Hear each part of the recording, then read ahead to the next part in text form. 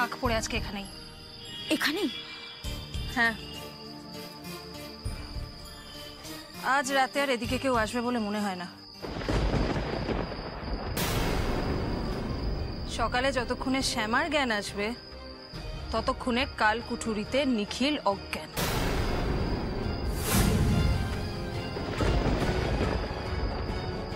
এখানে সেবায়তদেরও আমি টাকা খাইয়ে রেখেছি। মা বা বাড়ির লোক কেউ এলে বলবে যে শ্যামা এখানে বসে নেশা করছিল। গ্রামের মেয়ে তো, সিদ্ধি ভাং এসব খাওয়ার অভ্যেস আছে, ওইসব খেয়েই অজ্ঞান হয়ে পড়ে আছে।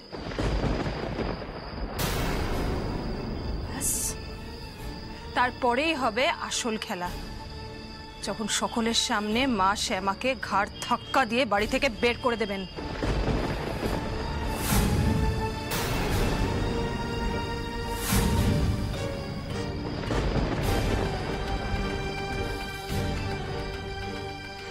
সরি শ্যামা, চৌধুরী বাড়িতে নিখিলের স্ত্রী হয়ে আর যে তোমার থাকা হলো না শ্যামা। চল।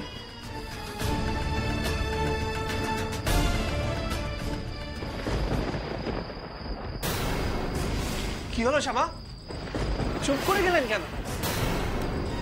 আপনি তো বললেন আপনি আমাকে গীতার শ্লোক শোনাবেন। শোনা না, আমি শুনছি শ্যামা, শোনা। শ্যামা, কি হলো, আপনি কথা বলছেন না কেন? শ্যামা, শ্যামা,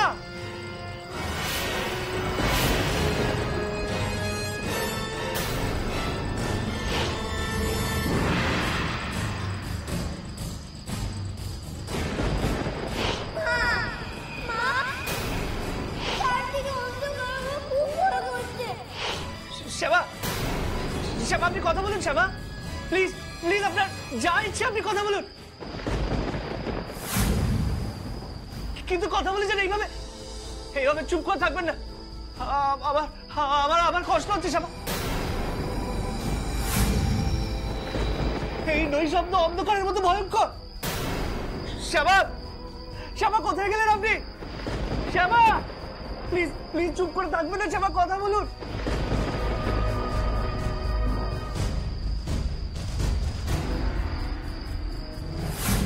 শ্যামা, শ্যামা, শ্যামা কোথায় আপনি? শ্যামা,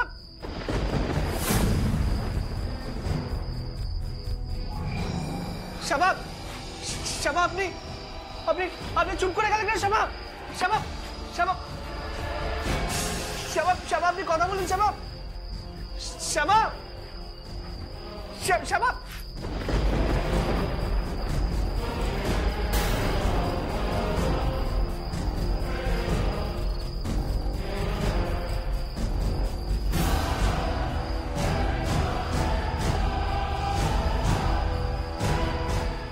প্লিজ কথা বলেন, এভাবে চুপ করে থাকবেন না।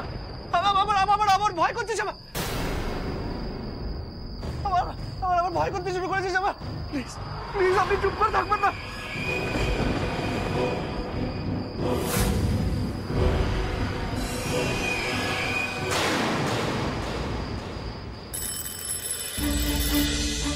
আরে বাবা, এত কিসের ঘুম তোমার আমি বুঝি না বৃন্দাবন। কখন থেকে বেল দিচ্ছি, কোনো আইডিয়া আছে? আসলে কি হয়েছে মেজবুদুমণি? আসলে আর কি হচ্ছে তোমায় বলতে হবে না, যাও এবার যাও, নিশ্চিন্তে ঘুমাও গিয়ে। আচ্ছা ঠিক আছে। দিশা চল, লেটস স্লিপ। আমিও একটু ঘুমাই, তুইও ঘুমা, তারপর ঘুম থেকে উঠে তোর শাশুড়িকে যা বলার বলবি, তখন যা হবে হবে। চল এখন দুজনে রেস্ট নিয়ে নি, যা। শোন না, কষ্ট করে এতটা রাত যখন জাগলাম, আর একটু জেগে থাকতে পারবি না তিতির?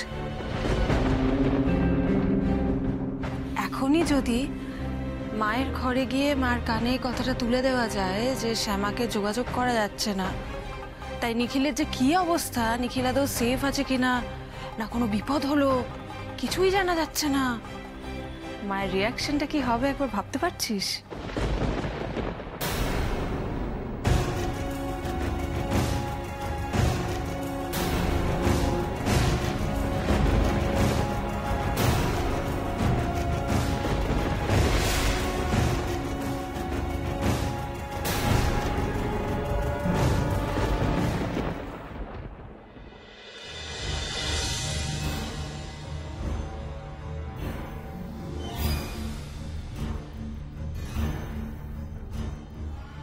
সুজাতা, একটু পরে ভোর হবে, তুমি একটু বিশ্রাম নিয়ে নাও। দেখো, ও শ্যামা নিখিল ঠিক ফিরে আসবে। এতক্ষণে খারাপ কিছু হলে শ্যামা অন্তত একটা ফোন করতো।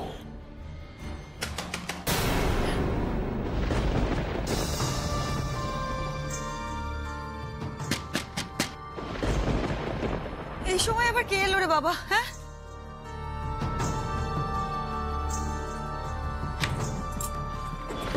মা, কি ব্যাপার, তোমরা এই সময় এখানে? আসলে ওর বান্ধবী এখন ঠিক আছে, ওর হাজবেন্ডও ব্যাক করেছে, তাই আমরা ফিরে এসেছি একটু আগেই। কিন্তু ওই নিশ্চিন্তে তো ঘুমোতে পারছিলাম না। নিখিল আর শ্যামার কোনো খোঁজ পেলে তোমরা? না না না মেজো বৌমা, কোনো খবর টবর তো এখনো পাইনি। সে কি মা, কোনো খবরই পাওয়া যায়নি নিখিলের এখনো? কি কাণ্ড বল দেখি তিতির। আমি শ্যামাকে ফোন করেছিলাম জানো মা, নিখিলের কাছে তো ফোন নেই। শ্যামা যাই না কিসে ব্যস্ত, ফোনটাই তো রিসিভ করলো না। আমি তো ভেবেছিলাম এসে ঘুমিয়ে পড়বো, কিন্তু টেনশনে টেনশনে তো ঘুমোতেই পারলাম না। আচ্ছা বলো, কোনো আক্কেল আছে মেয়েটার? একটা কল ব্যাকও করবে না দেখে? ও জানে যে আমরা বাড়ি শুদ্ধ লোক দুশ্চিন্তা করব। বলো মা, নিখিল অন্ধকারে এত ভয় পায়, এক সেকেন্ড অন্ধকার সহ্য করতে পারে না। সারা রাত ছেলেটা একা একা অন্ধকার ঘরে থাকবে। শ্যামার কাছে ফোন আছে, একটা খবর দিতে পারতো না? কি হবে বলো তো মা, আমার তো ভীষণ টেনশন হচ্ছে। কোনো দুর্ঘটনা ঘটে গেল না তো?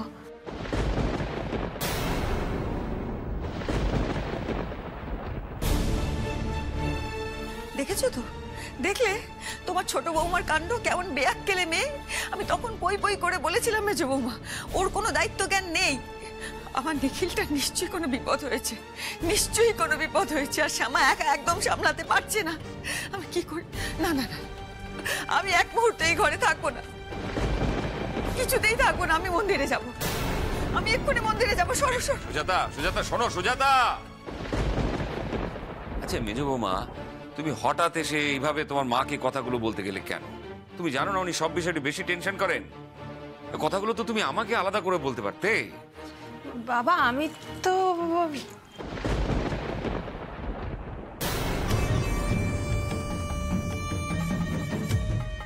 এবার জমবে আসল খেলা।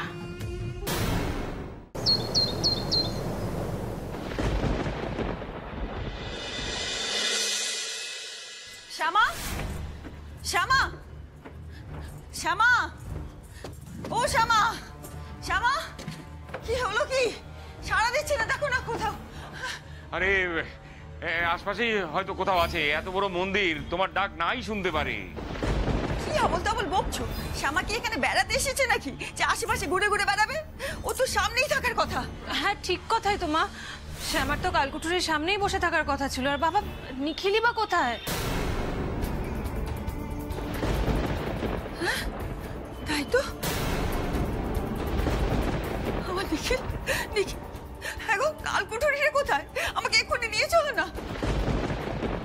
হ্যাঁ সেই তো, কালকুটুরিটাই বা কোথায়? আরে দাঁড়াও দাঁড়াও, আমি চিনি নাকি কালকুটুরি কোথায়? এত বড় মন্দিরে।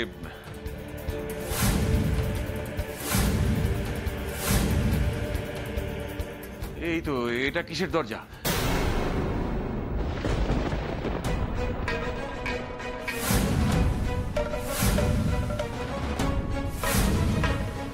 মনে হচ্ছে তো দরজাটা ভেতর থেকে বন্ধ। হ্যাঁ বাবা, ঘর তো এখানে একটাই দেখছি। এইটাই কালকুটুরি না তো? একবার দেখবেন। কালকুটুরি? আমি যাব। নিখিল বাবা, তুই কি ভেতরে আছিস? নিখিল দরজা খোল, আমরা তোকে নিয়ে যেতে এসেছি, বাড়ি নিয়ে যেতে। এটা কোনো সাড়া দিচ্ছে না। নিখিল, নিখিল, নিখিল কি ভেতরে আছিস? কেউ ভেতরে আছে? প্লিজ দরজাটা খুলুন।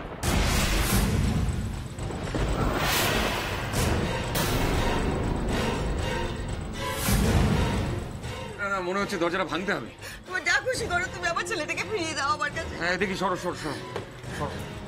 নিখিল,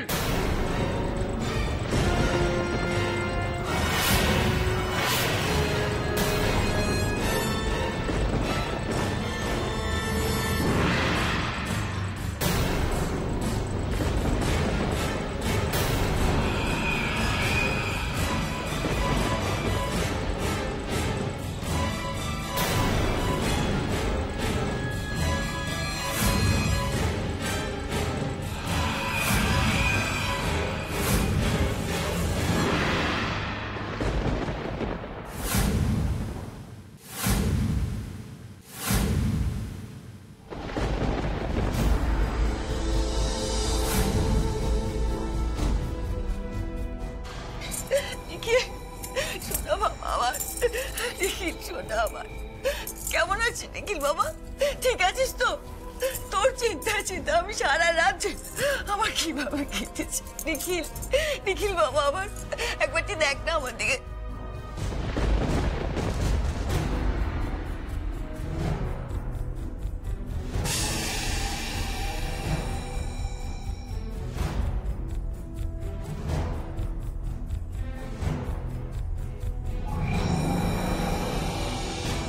উমা, তুই অমন করে তাকিয়েছিস কেন? অমন বেলবেল করে আমার দিকে দেখছিস কেন? নিখিল কিছু বল। নিখিল শোনা, আমার কিছু বল। এরকম ভাবে তাকিয়েছিস কেন?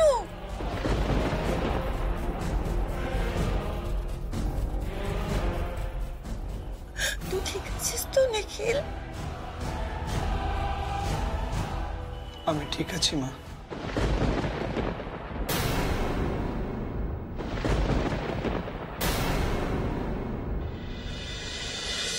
ঠিক আছে।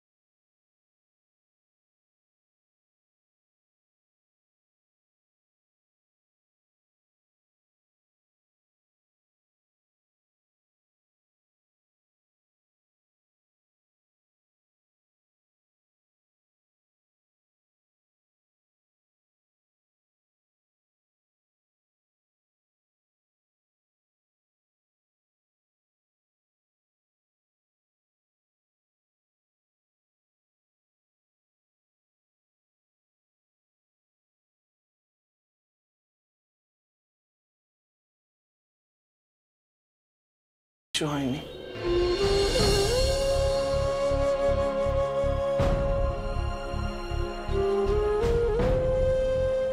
তুই ঠিক আছিস? তুই আমাকে বিশ্বাস করতে বলছিস তুই ঠিক আছিস? তুই অন্ধকার ঘরে এই কাল কুঠুরিতে সারা রাত একা একা তুই ঠিক থাকতে পারিস? কি করে তুই ঠিক থাকবি?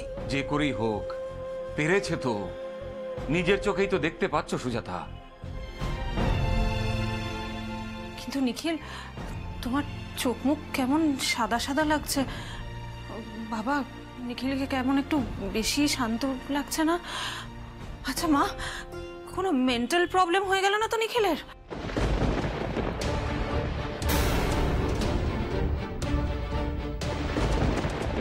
না মেজো বৌদি, আমি সুস্থ এবং সজ্ঞানে আছি।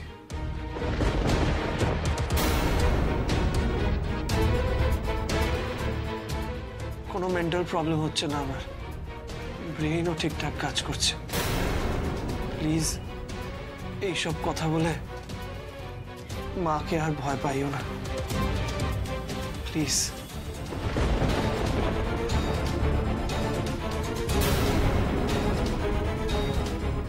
এ কি, এটা কি করে সম্ভব হলো? নিখিল, নিখিল এখনো সুস্থ কি করে রয়েছে? এত কিছু করেও আমি আমি আবার ফেল করলাম। আমি একদম ঠিক আছি, সুস্থ আছি। আর এই পুরোটা সম্ভব হয়েছে শ্যামার জন্য।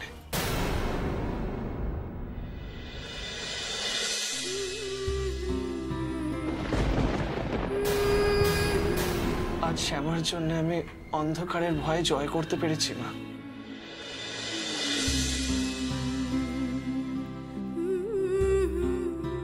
হ্যাঁ, কিন্তু শ্যামা কোথায় নিখিল? তার তো এখানেই থাকার কথা ছিল। কথা তো ছিল, উনি এখানে ছিলেনও। আমার মনে হয় উনি ক্লান্ত হয়ে ঘুমিয়ে পড়েছেন।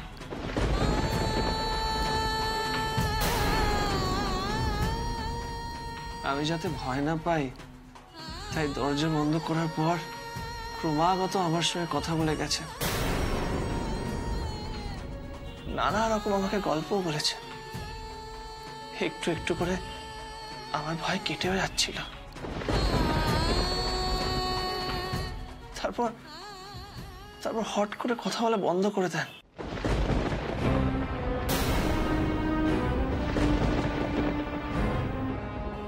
আমি অনেকবার ডাকার চেষ্টা করেছিলাম, কিন্তু উনি কোনো সাড়া দেননি।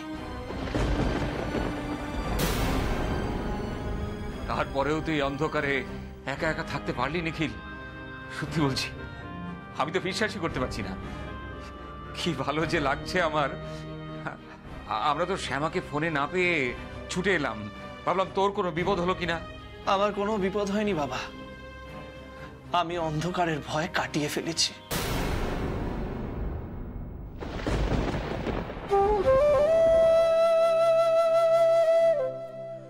আর এটা সম্ভব হয়েছে বেশিটাই শ্যামার জন্য।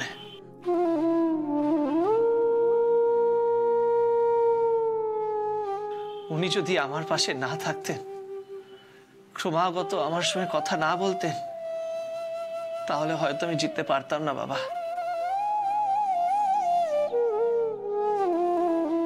যতক্ষণ উনি কথা বলছিলেন আমার কোনো সমস্যা হচ্ছিল না, তারপরে যে উনি কথা বলা বন্ধ করে দেন, আমি খুব ঘাবড়ে গেছিলাম। পুরনো কষ্টটা আবার ফিরে আসছিল। আমি বুঝতে পারছিলাম না অন্ধকারের সঙ্গে কি করে মোকাবিলা করব।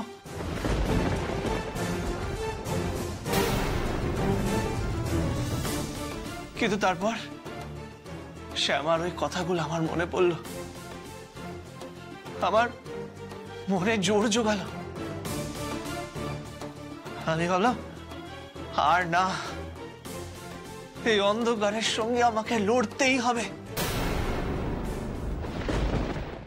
কিছু কিছু লড়াই একাই লড়তে হয়, না হলে জেতা যায় না। কি কথা বলছিল শ্যামা তোকে? বলেছিল